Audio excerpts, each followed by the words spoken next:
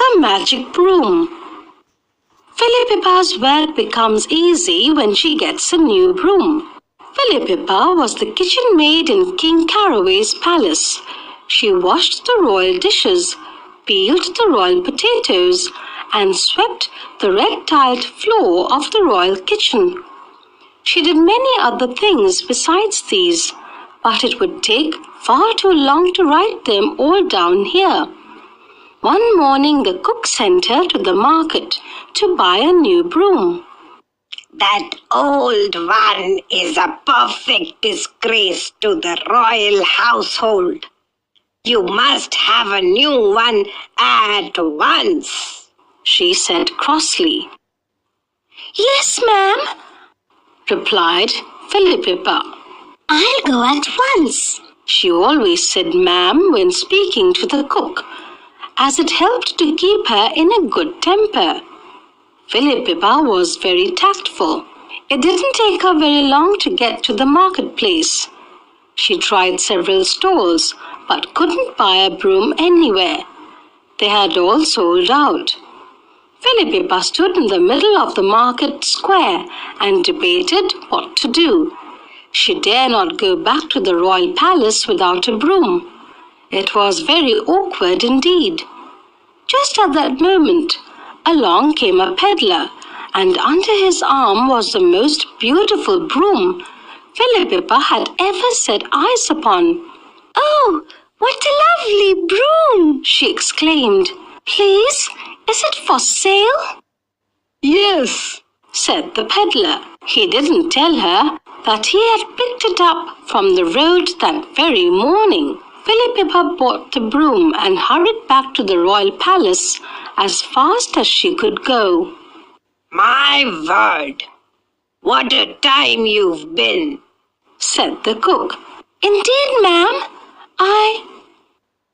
That is quite enough from you, miss. Thank you.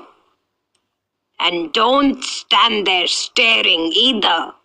Anybody would think we had nothing to do. Come and sweep up the kitchen at once. I've been making the stuffing for the royal goose, and there are crumbs all over the floor. The cook snatched up an oven cloth and banged the saucepan down on the fire with such force that the coals scattered in all directions. My, what a temper she's got, thought Phillipippa. She picked up her new broom and began sweeping the floor. Over the red tiles flew the broom, swish, swish. She had no sooner begun than she had finished. Phillipippa stared in amazement. What a wonderful broom it was! So light! She had never swept the kitchen floor as quickly as that before. It must have magical powers. Well, if that isn't luck, thought Phillipippa. We're going to be great friends, I can see, she said, patting the broom handle affectionately. Next day, quite early, a little old woman came knocking at the kitchen door. Phillipippa was sweeping round the royal larder. She unfastened the door. Good morning to you, miss, said the little old woman. May I ask what you are doing with my broom? Your broom? Cried the astonished Phillipippa. Why, I bought it myself in the market yesterday. So you may have, replied the old woman angrily. But I tell you, it's my broom, just the same. Well, and what about me? The broom asked suddenly in a little high squeaky voice. Phillipippa was so surprised that she let go of the broom handle with a jerk. It didn't fall over, but stood up all by itself in the middle of the floor. Come home at once, cackled the witch. How dare you run away like that? You ran away yourself, piped the broom. You horrid old woman! I'm quite happy where I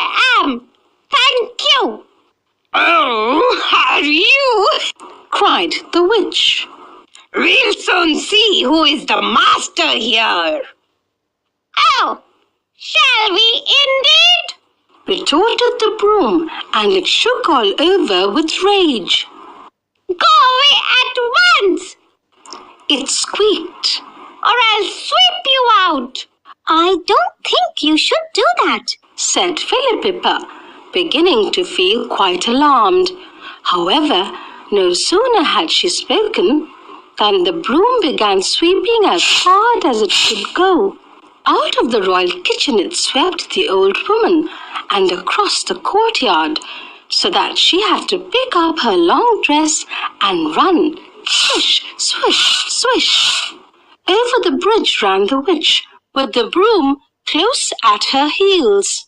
And then, all of a sudden, the broom was back again in Phillipippa's hand, as if nothing at all had happened. And as for the little old woman, she was nowhere to be seen. Well, if that isn't the strangest thing, thought Phillipippa, but she never breathed a word about it to anybody.